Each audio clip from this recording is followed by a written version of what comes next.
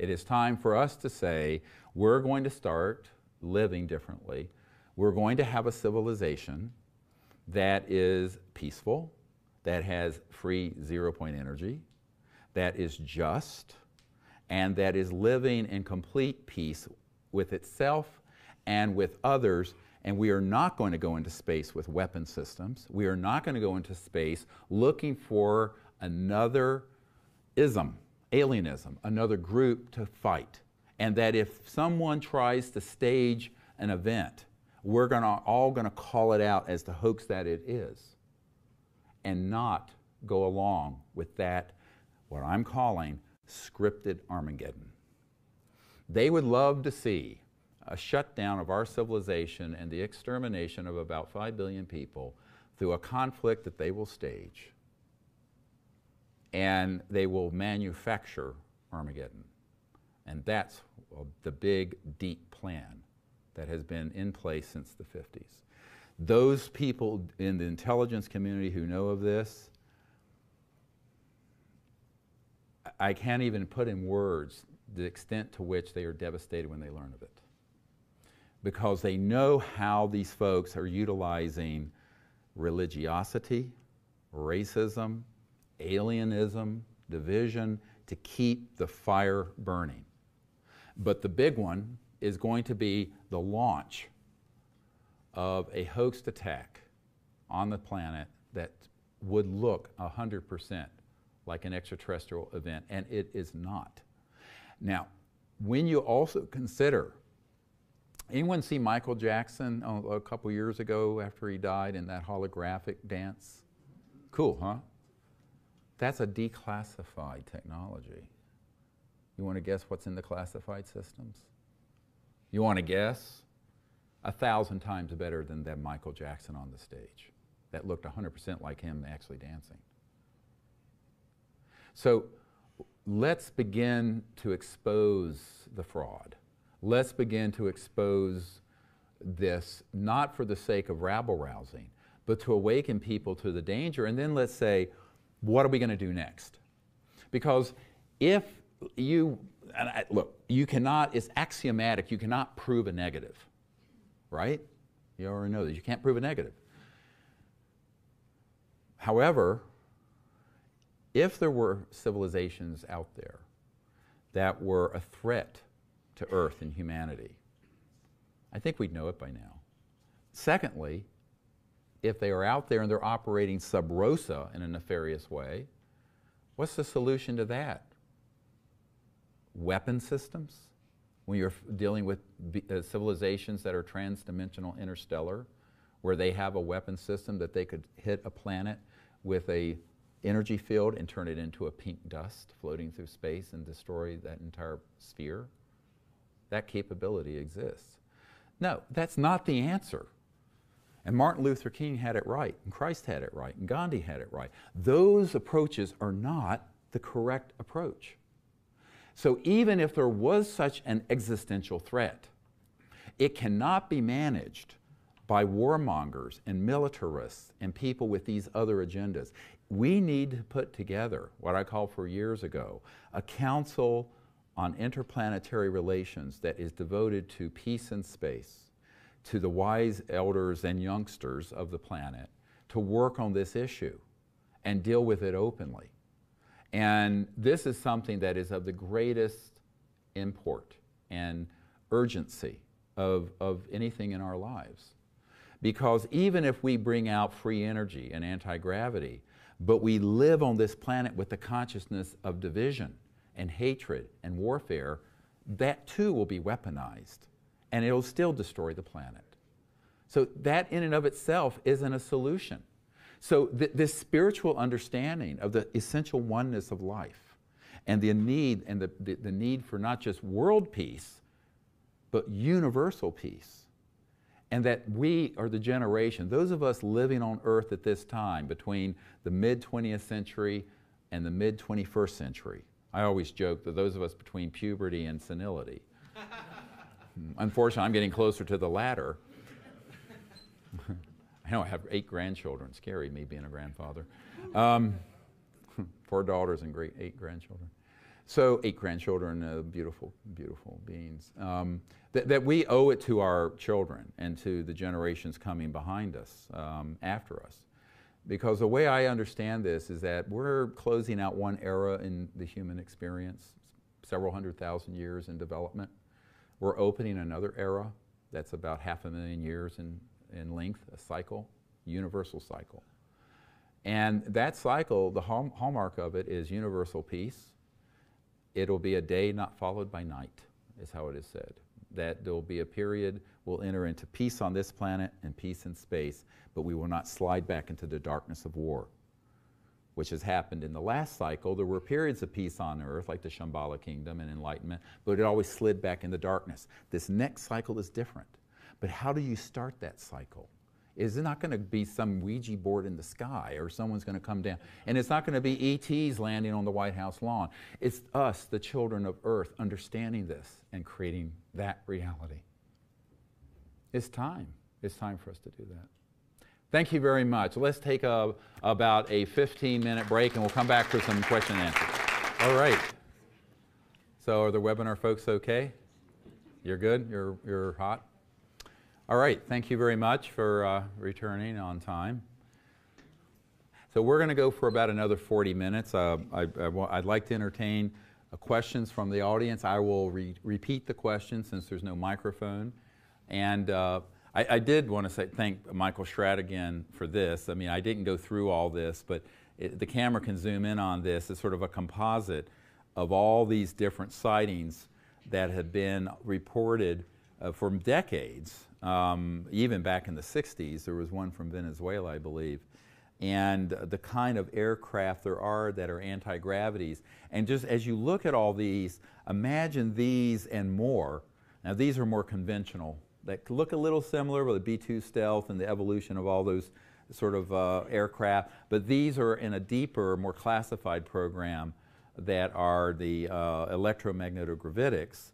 But then imagine that you have ones that could look like discs, you could have ones that could look like tubes, you could have one that look like triangular boomerangs, and these are all man-made. Now, again, as I said earlier, there are extraterrestrial vehicles that wouldn't be quite like this, but could be a similar shape. Diamond shape, saucer shape, disc, spherical, just a perfect sphere, which I've seen close up, and other shapes. And so this gets into the ability to piggyback. I call it piggybacking, where you have an ET event happen, you come in with something that's man-made, confuse people. Somebody has a contact experience with ETs, they come in and piggyback onto it and target that person with a man-made abduction experience. You have some, so this is how counterintelligence operates.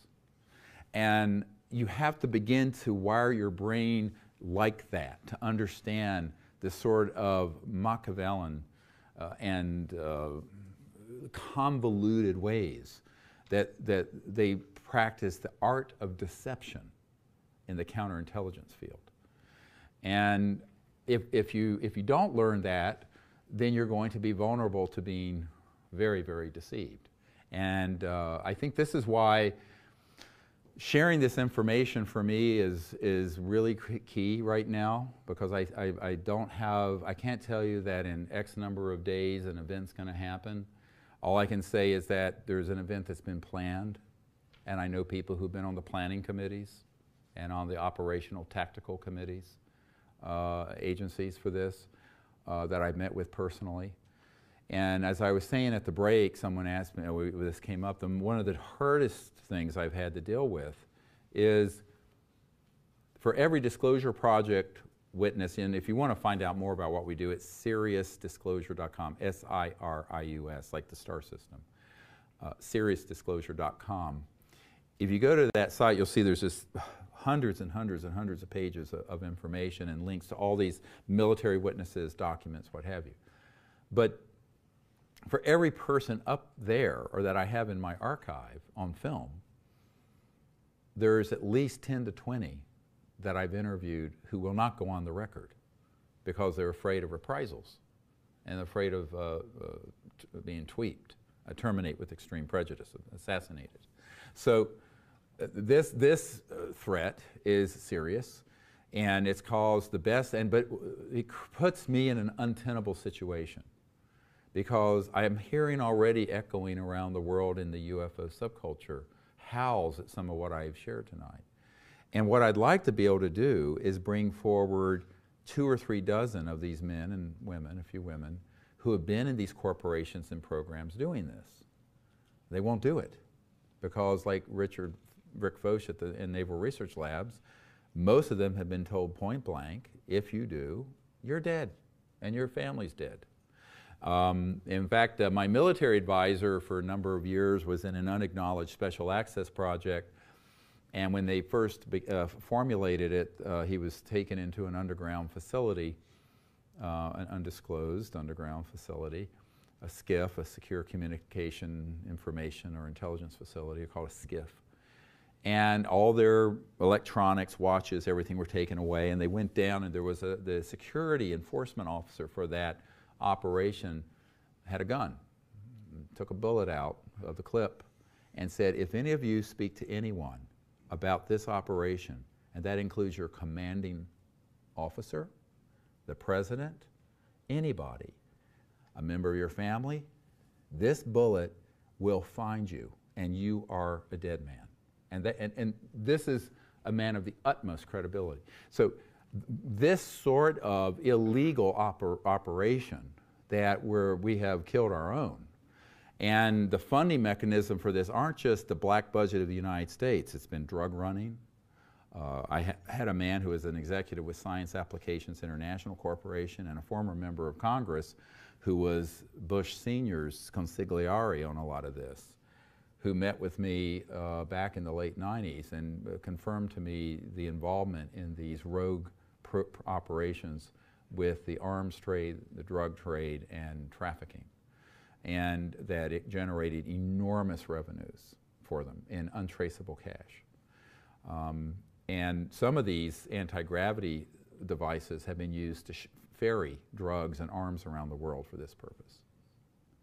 So this story gets deeper and deeper. We could be, if we were here for not 2 hours but 2 weeks, we wouldn't exhaust the sort of depravity that I've come across in these operations. And the one thing that this former congressman and member, this executive with Science Applications International Corporation, SAIC, it's a big contracting entity that deals with a lot of this, told me, he said, do you realize that there are 8,000, and this was back in '97, we know that we had 8,000 people in a secret army dealing with this movement of drugs, and that we have already killed 2,000 of them for minor infractions of security and secrecy. And they said, do you have any idea how ruthless and dangerous this group is? I said, yes, I do. And of course, I had found out some years before of this operation and had dealt with a woman in South Dakota who, with Senator Daschle, was trying to get to the bottom of one of the operating centers that was adjacent to her large sheep ranch she had, where they were transshipping drugs and using anti-gravity devices to move chemical weapons and drugs in and out of that facility. And this does sound like it gets deeper and deeper and crazier. But that's what you're dealing with these folks. And as that gentleman said 25 years ago, the truth is more bizarre than the fiction people believe. And if you speak the truth, no one will believe you. All I can do is tell you the truth as I've uncovered it. And if I had only one data point, one person sharing what I've shared tonight, I wouldn't have shared it. I have dozens. And in those dozens of people spanning many countries, not just the United States, these points have been confirmed. And in my own little way, all I can do, short of those folks stepping forward, is to share with you as forthrightly as I can the truth. So keep that in mind as you ask questions. I always tell people, be careful what you ask, you might get the answer. So with that, I'll entertain. Oh, we do? Awesome, great. So let's hear, you can pass it to the nearest and dearest. Yes, yes.